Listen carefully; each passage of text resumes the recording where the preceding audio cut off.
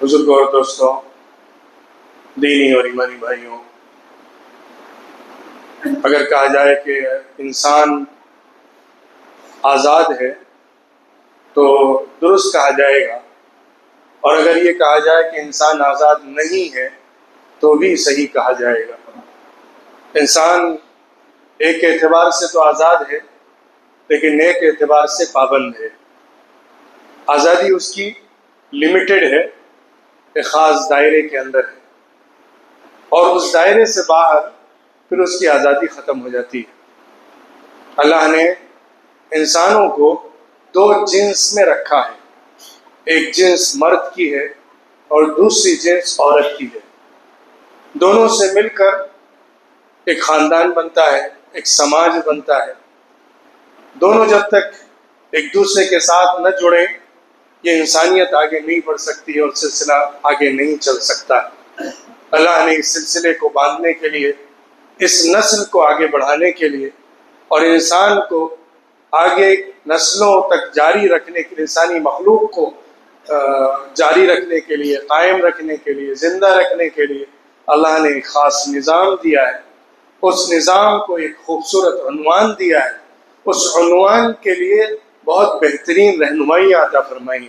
وہ نظام نکاح کا نظام ہے، اور آپس کا رشتہ یہ اللہ کے نام پر جوڑا جانے والا نکاح کے ذریعے سے رشتہ ہوتا ہے، اور پھر اس کی بنیاد پر حقوق، واجبات، ذمہ داریاں، فرائض اور زندگی گزارنے کے اصول ملتے ہیں کہ جس کے ذریعے سے انسان بہتر زندگی اپنا سکتا ہے، خاندان بنا سکتا ہے، ایک سماج تیار کر سکتا ہے اور خوشگوار زندگی گزار سکتا ہے۔ یہ نظام پابندیوں کے ساتھ ہے۔ اصل میں اللہ نے انسان کو جب پیدا فرمایا تو اس کے اندر انلیمیٹڈ ڈیزائرز رکھی، اس کے اندر خواہشات ایسی ڈالی کہ جو لامتناہی تھی، نہ ختم ہونے والی تھی، اینڈ لیس تھی، لمٹ لیس تھی۔ ایسی خواہشات اور ڈیزائرز اس کے اندر ڈالی، لیکن اللہ نے ایگزامن کرنے کی وجہ سے، ٹیسٹ کرنے کی وجہ سے ایسا کیا۔ البتہ اس نے راستہ دکھایا کہ تم کیسے اپنی خواہشات کو پابند کر سکتے ہو، تم کیسے اپنے آپ کو کنٹرول میں رکھ سکتے ہو، تم کیسے ان باؤنڈریز کا خیال کر سکتے ہو جو ضروری ہے، جن کا اختیار کرنا، جن کی پابندی میں رہنا اور جن کے اندر رہنا تمہارے لیے ضروری ہے۔ اسی کو شریعت کہا جاتا ہے، خدائی احکامات کہا جاتا ہے، ہمارا نظام زندگی جو اللہ کی طرف سے ملا ہوا ہے وہ کہا جاتا ہے۔ تو زندگی گزارنے کے لیے اللہ نے ہم کو اصول دیے ہیں، ضابطے دیے ہیں، فرامین عطا کیے ہیں، احکامات دیے ہیں، اس کی پابندی ہمارے لیے ضروری ہے۔ ہم اپنی خواہشات کے ساتھ اور اپنے تقاضوں کے ساتھ جیتے تو ہیں، لیکن پابند اس بات کے ہوتے ہیں کہ ہم اللہ رب العزت کی بتائے ہوئی لکیروں سے آگے نہیں نکلیں گے، اللہ کے حدود کو نہیں پھلانگیں گے، اللہ کی شریعت کو نہیں توڑیں گے۔ یہ مسلمان ہونے کا مطلب ہے۔ اگر ہم نے اسلام قبول کیا ہے، ہم مسلمان گھر میں پیدا ہوئے ہیں، ہم نے لا الہ الا اللہ پڑھا ہے، ہم اپنے آپ کو مسلمان کہتے ہیں، تو پھر ضروری ہے کہ اللہ نے ہم کو جو شریعت دی اس کی پابندی کریں۔ ہمارے لیے ضروری ہے کہ ہم حرام کو حرام سمجھیں، حلال کو حلال سمجھیں، اللہ نے جن چیزوں سے منع فرمایا اس سے بچیں، اور جن چیزوں کا حکم دیا اس کو اختیار کریں۔ یہی دین ہے، یہی اسلام ہے، یہی ہمارا مسلمان ہونے کا مطلب ہے۔ تو ہم آزاد تو ہیں کہ ہم چاہیں تو اچھا راستہ اختیار کریں، چاہیں تو برا راستہ اختیار کریں۔ ہم آزاد تو ہیں کہ ہم چاہیں تو ہم نیک بن جائیں اور چاہیں تو برے بن جائیں۔ ہم آزاد تو ہیں کہ ہم اپنی خواہشات کو بے مہار چھوڑ دیں، بغیر کسی کنٹرول کے چھوڑ دیں، اور جیسا چاہیں اس کو پورا کرتے رہیں۔ لیکن ہم پابند ہیں اس بات کے کہ ہم ایسا نہ کریں۔ ایسا کرنے پر پکڑ ہوتی ہے، ایسا کرنے پر اللہ کی طرف سے سزا ملتی ہے، ایسا کرنے پر اللہ کے یہاں کل آخرت میں سخت ترین سوال جواب اور حساب کو اس کا سامنا کرنا پڑے گا۔ یہ پابندی ہے۔ شریعت کی پابندیاں وہ ہماری آزادی کو لمٹ کرتی ہیں، اور ہمارے اندر کی ڈیزائرز وہ ہماری آزادی کی دلیل ہوتی ہیں۔ ہمارے اندر جو ڈیزائرز اور خواہشات ہیں وہ ہماری آزادی کی نشانی ہے کہ ہم جو چاہیں کر سکتے ہیں، اور ہمیں کوئی بظاہر پکڑنے والا ایسا نہیں ہے، لیکن اللہ کے احکامات، اللہ کی شریعت، اللہ کا دین ہمیں ہمارے اوپر پابندیاں ڈالتا ہے تاکہ ہم اپنی خواہشات کو ایک محدود دائرے کے اندر ہی پورا کرتے رہیں۔ یہ تمہید ہے کہ جس کے اوپر میں آگے اپنی بات کو رکھنا چاہتا ہوں۔ آج کی گفتگو میں اس سلسلے میں کرنا چاہتا ہوں کہ اللہ نے اپنی خواہشات کی تکمیل کے لیے جو جائز طریقہ ہمیں عطا فرمایا ہے، اور جس کو سنت بھی ٹھہرایا ہے، عبادت بھی قرار دیا ہے، اس کی تلقین بھی فرمائی ہے، اس کی طرف آمادہ بھی کیا ہے، اور اس کو بہت سارے اصولوں اور ضوابط کے ساتھ باندھا بھی ہے، وہ اگر ہمارے سامنے رہے گا، اگر اس کا ہم خیال کرتے رہیں گے، تو ہم ایک اچھی زندگی، ایک اچھا لائف اسٹائل گزار سکتے ہیں، اور اپنی زندگی کو بھی، اپنے خاندان کی زندگی کو بھی درست کر سکتے ہیں اور بہتر بنا سکتے ہیں۔ آزادی کے نام پر آج جو کچھ دنیا میں تماشا ہو رہا ہے، جو کچھ انسانیت کے ساتھ کھیل ہو رہا ہے، جو فطرت کے ساتھ مذاق کیا جا رہا ہے، وہ بہت برے انجام کی طرف انسانیت کو لے کے جا رہا ہے، اور آگے اس سے خطرناک نتائج جھیلنے پڑ سکتے ہیں۔ آزادی کے نام پر، فریڈم کے نام پر، ایکویلٹی کے نام پر جس طرح مرد اور عورت کے تعلقات کے لیے جو جائز حد بندیاں تھیں، جو اللہ رب العزت کی شریعت تھی، اس کو پامال کر دیا گیا ہے، ان پلرز کو توڑ دیا گیا ہے جس کے اوپر ایک خاندان کا اسٹرکچر بنتا ہے، ان حدود کو پامال کر دیا گیا ہے جن کی وجہ سے ایک مرد دوسری عورت سے، پرائی عورت سے ایک حجاب رکھتا ہے۔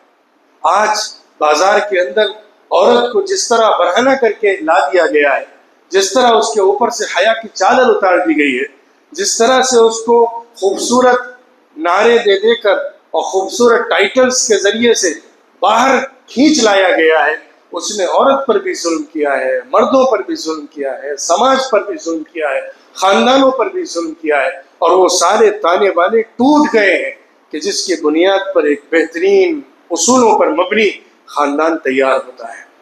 یہ وہ پرابلم ہے، یہ وہ مسئلہ ہے جس نے دنیا کے ہر خطے میں مصیبت ڈھائی ہوئی ہے۔ اس کی وجہ سے ساری دنیا بھر کی مصیبتیں ہمیں دیکھنے کو ملتی ہیں۔ اصل میں پرابلم کہاں سے ہوئی ہے؟ ایکویلٹی کے تصور اور فریڈم کے تصور کے نتیجے میں جو بہت ہی لامذہبی تھا، بے دینی تھا، خدا بیزاری کا تھا۔ مطلب یہ ہے کہ اللہ سے کٹ کر، خالق سے دور ہو کر، اور دینی نظام کو پس پش ڈال کر ہم نے جس آزادی کا نعرہ دیا، اور دنیا نے بطور خاص مغرب نے جس ایکویلٹی اور آزادی کی دہائی دی ہے، وہ پوری انسانیت کے اوپر سب سے بڑا جرم ہے۔ اگر دیکھا جائے انسانی تاریخ پر جتنا ظلم کیا گیا ہے، اس میں اخلاق کے اعتبار سے، مذہبیت کے اعتبار سے، اور ویلیوز اور پرنسپلز کے اعتبار سے جو سماجی ہوتے ہیں، سب سے زیادہ ظلم انسانیت کے اوپر انہی تصورات نے، انہی آئیڈیالوجیز نے کیا ہے کہ جس نے مرد اور عورت کے درمیان کے حجاب کو ختم کر دیا ہے، جس نے درمیان کے پردے کو اٹھا دیا ہے، جس نے اس آزادی کے نام پر سڑک پر لا کھڑا کیا ہے، بازار کی زینت بنا دیا ہے، اور مردوں کی تسکین کا سامان کر دیا ہے۔ یہ اخلاقی مصیبت ہے، اخلاقی انارکی ہے کہ جس کی وجہ سے نہ خاندان صحیح اصولوں پر بن پاتے ہیں، نہ اگلی نسل تیار ہو پاتی ہے، نہ آگے آنے والی انسانیت کو صحیح اخلاقی بنیادوں پر کھڑا کیا جاتا ہے۔ ضرورت ہے کہ ہم سمجھیں کہ آزادی کیا ہے، ہم سمجھیں مساوات کیا ہے، ایکویلٹی کیا ہے۔ میں پورے اعتماد کے ساتھ کہتا ہوں کہ آزادی کا اور ایکویلٹی کا، مساوات کا قرآن سے زیادہ بہترین تصور کسی آئیڈیالوجی نے پیش نہیں کیا ہے۔ وہ اتنی اچھی طرح سے، اتنے کامیاب طریقے پر، اتنی فطرت سے ہم آہنگی کے ساتھ نظام نہیں پیش کر سکتی ہے کہ جس کے ذریعے خاندانی اصول بھی قائم رہیں، بنیادیں بھی مضبوط رہیں، آگے آنے والا سماج بھی صحیح اصولوں پر قائم ہو، اور نسل بھی صحیح تیار ہو، ساتھ ہی ساتھ ظلم نہ ہو، زیادتی نہ ہو، کسی پر دباؤ نہ ڈالا جائے، مظلوم طبقے کو دبا نہ دیا جائے، صنف نازک خواتین کو مذاق نہ بنا دیا جائے، ان کو گھر کے اندر باندھ کر ظلم و ستم اور نشانہ نہ بنایا جائے. یہ تمام باتیں اسلام کے پیش نظر تھیں، یہ تمام چیزیں اسلام کے سامنے تھیں. قرآن پاک نازل ہو رہا تھا مکہ مکرمہ اور عرب کی سرزمین پر. عورت کا حال یہ تھا کہ وہ ظلم و ستم کا شکار تھی، دبائی جاتی تھی، بیچی جاتی تھی، کھلونا بنا کر رکھی جاتی تھی، دوسرے نمبر کی انسان سمجھی جاتی تھی. ان حالات میں قرآن اترا، اللہ کے رسول صلی اللہ علیہ وسلم نے دین سامنے پیش کیا لوگوں کے، تو عورت کے مقام کو بلند کیا، اس کو عزت عطا کی، اس کے لیے احکامات بیان فرمائے، اس کے حقوق طے فرمائے، اس کے لیے بہت ساری چیزوں میں مراعات دی، ہر چیز میں اس کو حصہ دیا، اس کو مرد کے ساتھ کھڑا کیا، حقوق کے اندر، فرائض کے اندر، ذمہ داریوں کے اندر، اصولوں کے اندر اور حصوں اور حق کے اندر. اللہ رب العزت نے ایک دوسرے کے ساتھ برابری کا سلوک فرمایا. برابری کا مطلب بیلنس قائم فرمایا. جس طرح کی ذمہ داریاں عطا فرمائی اس طرح کے حقوق عطا فرمائے، جس طرح کی ریسپانسبلٹیز دی اسی طرح کے رائٹس بھی دیے. تو بنیادی طور پر اسلام کا تصور یہ ہے کہ انسانیت کے اندر انسان ہونے کی حیثیت سے، ڈگنیٹی کے اعتبار سے، ایک انسان ہونے کا شرف جو ہے اس کے اندر مرد اور عورت میں کوئی فرق نہیں ہے. جس طرح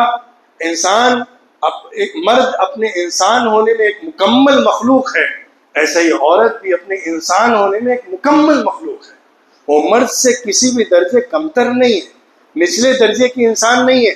جیسا کہ بہت سارے تصورات تھے، بہت سارے مذاہب تھے، ابھی بھی ہیں، ہمارے ملک میں بھی ہیں، جن کے اندر یہ خیال کیا جاتا ہے کہ عورت مرد کے برابر بحیثیت انسان بھی نہیں ہے، وہ دوسرے نمبر کی انسان ہے، اس کا درجہ نچلا ہے انسان ہونے کی حیثیت سے.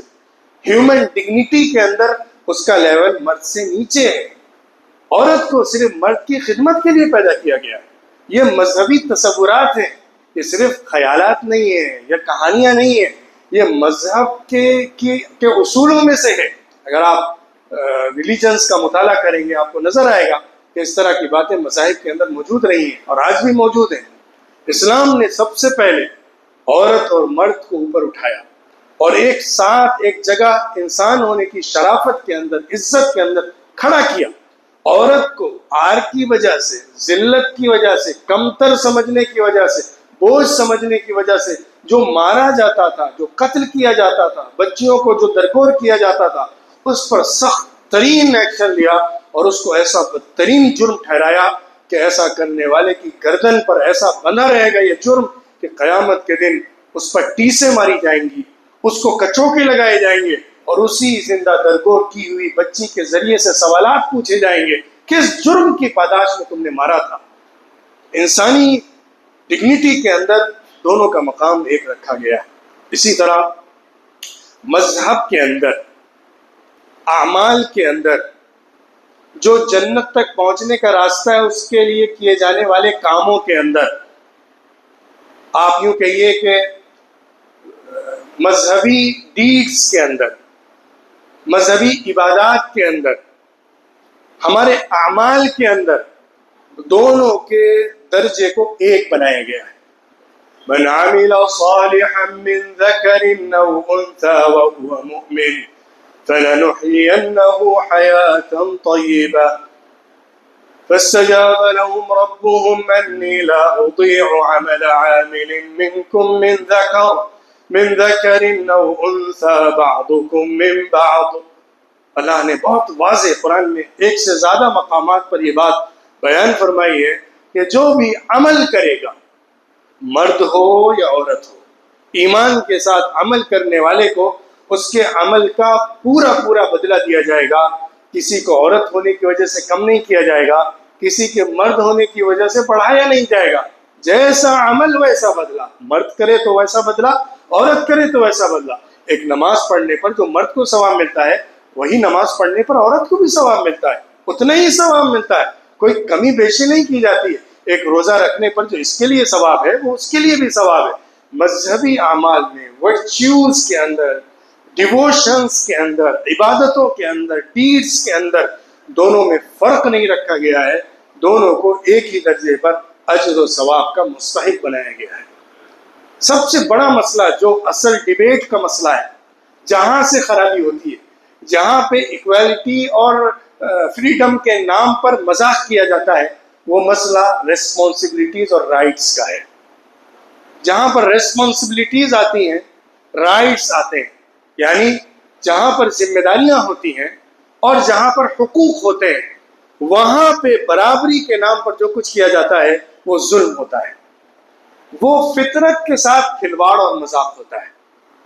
اللہ نے مرد کا جسم الگ بنایا ہے، عورت کا جسم الگ بنایا ہے۔ بہت ساری چیزیں عورت کو ایسی دی ہیں جو مرد نہیں کر سکتا ہے، بہت سارے کام جو مرد کر سکتا ہے عورت نہیں کر سکتی ہے۔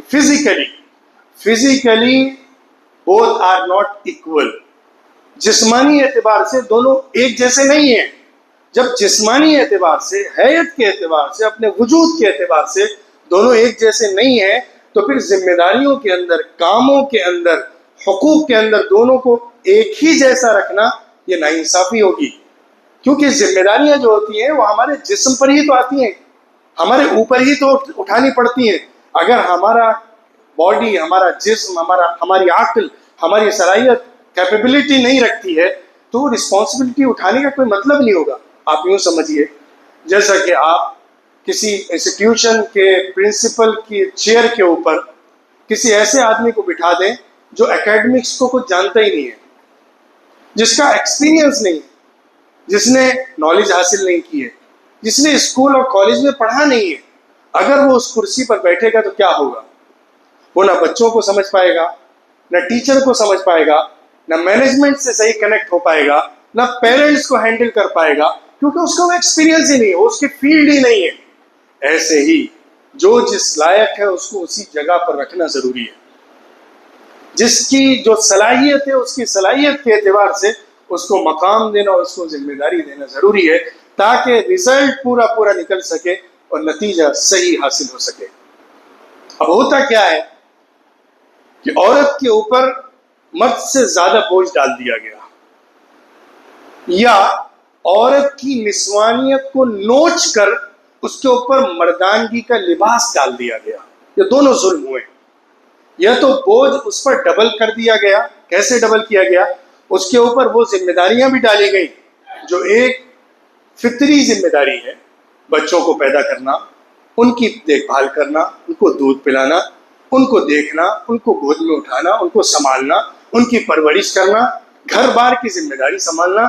یہ ذمہ داری ہے جو بیسیکلی عورت سے متعلق ہے، اور اس کے بغیر مرد اس کو پورے طور پر کر ہی نہیں سکتا ہے، کیونکہ وہ کیپیبل ہی نہیں ہے اس کا۔ یہ عورت اس کے لیے لائق ہے۔ اب اس کے ساتھ اس کے اوپر یہ ذمہ داری ڈالی گئی کہ وہ باہر سے کمائے بھی، کام بھی کرے، اپنی فائنینشیل انڈیپینڈنسی کو بھی دیکھے، یعنی اس کو مرد کے اوپر ڈیپینڈ نہیں رکھا گیا، اور اس کو انڈیپینڈنٹ کر کے مکمل فائنینشیل ریسپانسبلٹی اپنی خود سے لینے کا پابند کیا گیا۔ یعنی اس کے اوپر یہ دوہری ذمہ داری ڈالی گئی۔ یا دوسرا کام کیا ہوتا ہے جو آج کے ماڈرن ورلڈ میں اور یورپین کنٹریز میں دیکھنے کو ملتا ہے، گھر کی ذمہ داری اور ان کاموں سے سبکدوش کر دیا گیا، کیونکہ وہ دونوں کر نہیں سکتی ہے، مینج کرنا مشکل ہے پورے طور پر۔ ادھر سے اس کو کاٹ دیا، ادھر کا ہو کر رکھ دیا، تو نتیجہ کیا نکلا کہ نہ وہ خاندان بنا پاتی ہے، نہ فیملی تیار کر پاتی ہے، نہ بچوں کو دیکھ پاتی ہے، نہ گھر سنبھال سکتی ہے۔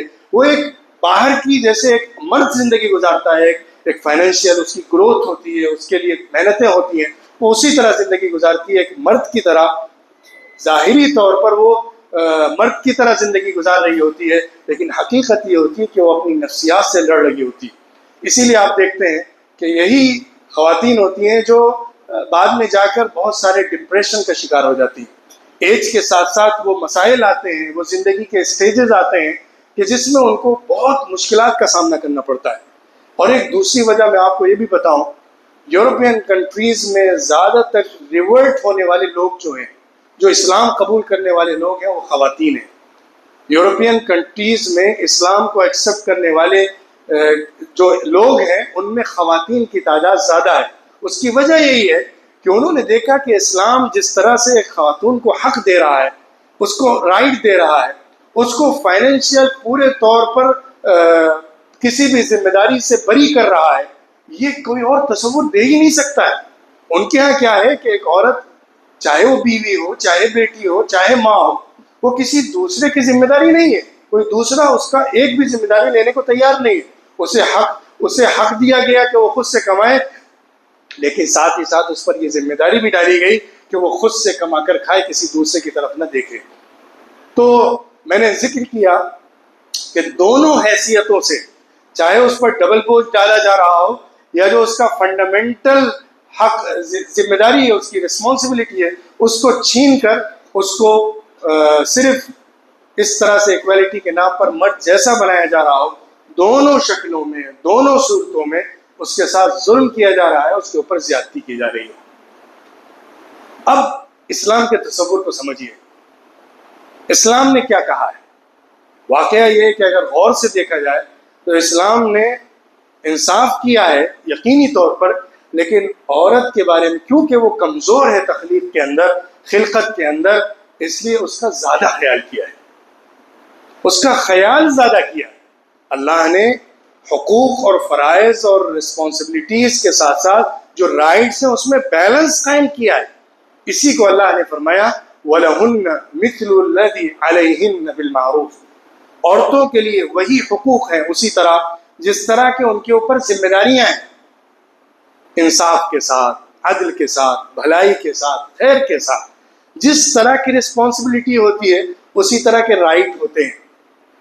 اگر رسپانسبلٹیز کو برابر سے شیئر کر دیا جائے تو آپ کہیں گے کہ اس سے تو کوئی سسٹم چل نہیں سکتا۔ آپ یوں سمجھیے کہ اگر کسی کمپنی میں سارے سی اوز ہو جائیں، کوئی ورکر نہ ہو، کوئی دوسرا امپلائی نہ ہو، کوئی ایڈمنسٹریٹر نہ ہو سوائے سی او کے، اور ایک سے زیادہ 20-25 جتنے لوگوں کو بھی بھرتی کرنا ہے آپ کو کمپنی میں، سب کو سی او کی پوسٹ دینا ہے، تو آپ بتائیے کیا سی او سارے مل کر اس کمپنی کو چلا سکتے ہیں؟ وہ کمپنی چل سکتی ہے؟ اسی طرح اگر آپ کوئی ہائر پوسٹ کے لیے، کوئی کی پوسٹ کے لیے کسی کو اپوائنٹ نہ کریں، سب کو صرف ورکر بنا کر رکھیں، تو وہ باڈی، وہ این جی او یا وہ فرم یا وہ کمپنی رن کر سکتی ہے؟ دونوں چاہیے، ایک اوپر سے ہینڈل کرنے والا بھی چاہیے، ایک کام کرنے والا بھی چاہیے، ایک درمیان میں بیٹھ کر کنیکٹ کرنے والا بھی چاہیے۔ ہر پوزیشن کے لیے لوگ ہوتے ہیں۔ جب کوئی بڑا سسٹم ہوتا ہے تو اس کے لیے پوزیشنز ہوتی ہیں، اس کے لیے لیولز ہوتے ہیں، ان کے اعتبار سے لوگوں کو سیٹ کیا جاتا ہے۔ اسی طرح ایک سماج کے اندر، ایک خاندان کے اندر ذمہ داریوں کو سنبھالنے کے لیے، ذمہ داریوں کو اٹھانے کے لیے، اور ایک بہترین، ایک ویلیو بیسڈ سوسائٹی بنانے کے لیے ضروری ہے کہ مرد اور عورت کے درمیان حقوق کا تبادلہ ہو اور ذمہ داریوں کی تقسیم ہو۔ دونوں کو ایک جیسی تقسیم کیے بغیر ایک جیسی چیزیں دے دی جائیں گی تو نظام رن نہیں کر سکے گا، کلیشز آئیں گے، ٹکراؤ ہوگا، ٹوٹ پھوڑ ہوگی اور دوریاں پیدا ہوں گی اور نقصانات ہوں گے۔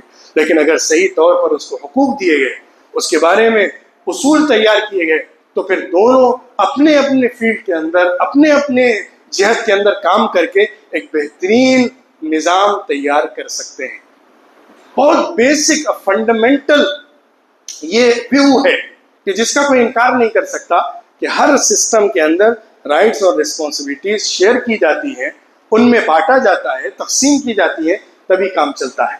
اب آئیے سمجھتے ہیں کہ اسلام نے دونوں کو، میں گفتگو بحیثیت میاں اور بیوی کے کرنا چاہتا ہوں کیونکہ وہی بیس ہے جہاں سے سارے معاملات شروع ہوتے ہیں، کس طرح سے رائٹس اینڈ رسپانسبلٹیز کو تقسیم کیا ہے۔ باتیں بہت تفصیلی ہیں جو رائٹس کی ہیں، رسپانسبلٹیز کی ہیں، لیکن میں کچھ بنیادی اصول آپ کے سامنے ایسے رکھوں گا جس سے آپ کو بیلنس سمجھنے میں آسانی ہوگی کہ اسلام نے بیلنس کیا قائم کیا ہے۔ آپ دیکھیے کہ اللہ رب العزت نے اس شریعت اسلامیہ میں مالی ذمہ داری، فائنینشیل رسپانسبلٹی پوری کی پوری گھر بار کی مرد کے اوپر ڈالی ہے۔ وہ ذمہ داری تنہا مرد کو اٹھانی ہے، بیوی اس کے بارے میں ذرہ برابر بھی ذمہ دار نہیں ہے۔ بیوی کا خرچہ، بیوی کا رہنا سہنا، بیوی کی ہر مسئلے میں، اس کا بیمار ہو جائے اس کا علاج کرنا، اس کی جو ضرورت ہو اس کو پورا کرنا، جو جائز ضرورتیں ہیں، جو جائز تقاضے کے مطابق ہوتی ہیں، ان سب کو پورا کرنا ایک مرد کی ذمہ داری ہے۔ عورت کو ادنیٰ درجے میں بھی اس کی حاجت نہیں ہے کہ وہ کچھ کما کر لائے تبھی وہ جی سکتی ہے، اپنے تقاضے پوری کر سکتی ہے، اس کے جائز تقاضے، ضروری تقاضے بہتر طریقے پر مرد کو کرنے کا حکم دیا گیا۔ یہ فرض ہے، یہ فرض ہے کہ یہ اگر نہیں کرے گا تو گنہگار ہوگا، اللہ کے یہاں اس کی پکڑ ہوگی۔ جیسے کوئی فرض چھوڑنے پر گنہگار ہوتا ہے، اللہ کے یہاں گرفت ہوتی ہے، ایسے یہ کرنے پر ہوگی اگر وہ اس کو اس کے جائز حق نہیں دیتا ہے، اگر اس کے تقاضے پورے نہیں کرتا ہے، اگر اس کے لیے برابر جو کچھ کرنا چاہیے ایک عام لیول کے اعتبار سے جس کے اندر وہ رہتا ہے وہ پورے نہیں کرتا ہے، تو اللہ کے یہاں اس کی پکڑ ہوگی، وہ گنہگار ہوگا۔ اور اس کے ساتھ ساتھ کچھ اخلاقی چیزیں بھی ہیں، اس کا بھی خیال کرنا ہے۔ عورت کے اوپر جو ذمہ داری ڈالی گئی ہے ان میں سب سے بڑی ذمہ داری یہ ہے کہ وہ شوہر کی اطاعت کرے، شوہر کی فرما برداری کرے، شوہر کی بات مانے، شوہر کی خدمت کرنا اپنا فرض سمجھے، یہ اپنی ذمہ داری مانے۔ اور یہ صرف کوئی ایسا برابر کا معاملہ نہیں ہے کہ جیسا چاہا ہم نے کر لیا، جب موڈ ہوا تو شوہر کے لیے کچھ بنا لیا، کچھ کر لیا۔ شوہر کی خدمت اپنی پرائرٹی بنانا، شوہر کی خدمت کرنا اپنا فرض سمجھنا، شوہر کو خوش کرنا اپنا مقصد بنانا، یہ خاص طور پر اطاعت کی بات عورت کے لیے کہی گئی ہے۔ اگر عورت اطاعت کرنے والی ہے اور شوہر تمام حقوق اور فرائض کو جو مالی ذمہ داریوں کے ہیں اور اس کے جائز تقاضے اور خواہشات جو ہیں اس کو پورے کرنے والا ہو جائے گا تو آپ بتائیے کبھی بھی کوئی اختلاف پیدا ہو سکتا ہے؟ لیکن اگر آپ یہی بات الٹی کر دیں، تمام مالی معاملات جو ہے وہ عورت کے اوپر ڈال دیں اور عورت کو بے لگام کر دیں کہ شوہر کی کوئی پابند نہیں ہے، شوہر کو جواب دہ نہیں ہے، شوہر کی بات ماننا، اس کا حکم پورا کرنا، اس کے اطاعت کرنا اس کی ذمہ داری نہیں ہے، آپ مجھے بتائیے اپنے دل پر ہاتھ رکھ کے کبھی کوئی خاندان اس طرح چل سکتا ہے؟ آپ یورپین فلسفی کے اندر اس کو بہت خوبصورت بنا کے آواز تو دے سکتے ہیں، نعرے تو لگا سکتے ہیں عورت کی آزادی کے نام پر، لیکن پریکٹیکلی اس کو نہیں کر سکتے۔ سماج اور خاندان اس طرح چل ہی نہیں سکتا ہے جب تک کہ دونوں طرف کی ذمہ داریوں کو برابر سے تقسیم نہ کیا جائے۔ ایک حدیث ہے، اللہ کے رسول صلی اللہ علیہ وسلم نے عورت کے لیے بہت وضاحت کے ساتھ یہ بات فرمائی، ایما امرأۃ صلت خمسها وصامت شهرها واطاعت بعلها دخلت من ایت ابواب الجنت شاءت۔ جو عورت نمازیں پانچوں وقت کی پوری پڑھتی ہے، پورے رمضان کے مہینے کے روزے رکھتی ہے اور اپنے شوہر کی اطاعت کرتی ہے، شوہر کی بات مانتی ہے، تو کل آخرت میں اللہ رب العزت اس سے کہے گا کہ جنت کے جس دروازے سے تو چاہے داخل ہو جا۔ جنت کے چاروں طرف دروازے ہوں گے، اللہ اسے اجازت دے گا کہ جس دروازے سے بھی تو داخل ہو تجھے اجازت ہے داخل ہو جا۔ یہ اللہ رب العزت نے شوہر کی اطاعت اور اللہ کے حق جو نماز اور روزہ بنیادی طور پر ہیں ان کو پورا کرنے پر بیان فرمایا ہے۔ لیکن دوسری طرف مرد کے بارے میں کیا کہا ہے؟ کیونکہ مرد کا ہاتھ اوپر ہے اس لیے اس کو زیادہ اخلاقی تعلیمات دی گئی ہیں۔ وَلِلرِّجَالِ عَلَيْهِنَّ دَرَجَةٌ، مردوں کا عورتوں کے اوپر ایک مقام اونچا رکھا گیا ہے۔ مقام مطلب ذمہ داری، بوجھ، گھر سنبھالنا اور اپنے ہاتھ میں کنٹرول لینا، اس اعتبار سے اس کو اوپر رکھا گیا۔ اس کی وجہ سے اس کو کیا کہا گیا؟ ایک حدیث میں اللہ کے رسول صلی اللہ علیہ وسلم نے ارشاد فرمایا کہ جو مرد عورت پر ظلم کرتا ہے، زیادتی کرتا ہے، کیونکہ وہ گھر کے اندر ہے، اپنی آواز نہیں اٹھا سکتی ہے، کوئی دوسرا اس کے لیے آ کر لڑنے والا نہیں ہے، تو اس پر زیادتی کرتا ہے، اس کو دباتا ہے، اس کے حقوق نہیں دیتا ہے اور اس کو ستاتا ہے، تو اللہ کے رسول صلی اللہ علیہ وسلم نے فرمایا کل قیامت کے دن میں اس عورت کا وکیل بن کر آؤں گا، کل قیامت کے دن میں اس عورت کی طرف سے ڈیفینڈر بن کے آؤں گا، میں اس کا ایڈوکیٹ بنوں گا، کل قیامت میں اللہ کے حشر کے میدان میں میں اس کی طرف سے مقدمہ لڑوں گا، میں اس کے بارے میں بات کروں گا۔ آپ سوچئے کہ اللہ کے رسول صلی اللہ علیہ وسلم جس کے ایڈوکیٹ ہو جائے، کوئی اس سے مقدمہ جیت سکتا ہے؟ کوئی اس کے مقابلے میں اپنا کیس پروف کر سکتا ہے؟ تو جو عورت پر ظلم کرے، اس کی کمزوری کو دیکھ کر، اس کی مجبوری کو دیکھ کر اس کو دبائے اور اس کے حقوق نہ دے، تو کل آخرت میں اس کی سخت ترین پکڑ ہوگی۔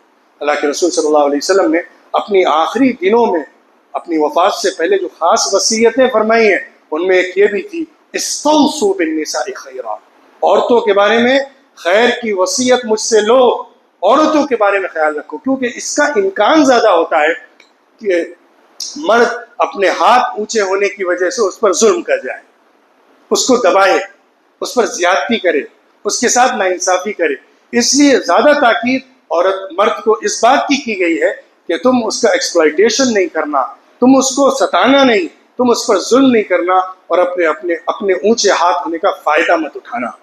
لیکن ساتھ ہی ساتھ عورت کو کیا تلقین کی گئی ہے کہ تم اپنی زندگی میں اگر شوہر کو خوش کر کے، راضی کر کے، جائز تقاضوں کے اندر، ناجائز چیز میں شوہر کی بات ماننے کا حکم تو چھوڑیے، اجازت بھی نہیں ہے، اس کا انکار کرنا ہے۔ شوہر اگر ناجائز کام کے بارے میں کہے گا تو عورت کو کھلے طور پر اس کا انکار کرنا ہے، منع کرنا ہے۔ اللہ کی معصیت بندوں کی اطاعت کے اندر نہیں ہو سکتی ہے، لیکن جائز تقاضوں میں، جائز چیزوں میں اور گھر کے نظام میں، ایڈمنسٹریشن میں مرد کو ذمہ دار بنایا گیا ہے۔ اس کی بات مان کر چلنے میں گھر بندھا رہ سکتا ہے، گھر صحیح طور پر چل سکتا ہے، سارے ایک دوسرے کے ساتھ جڑ سکتے ہیں اور مضبوط بنیاد قائم ہو سکتی ہے۔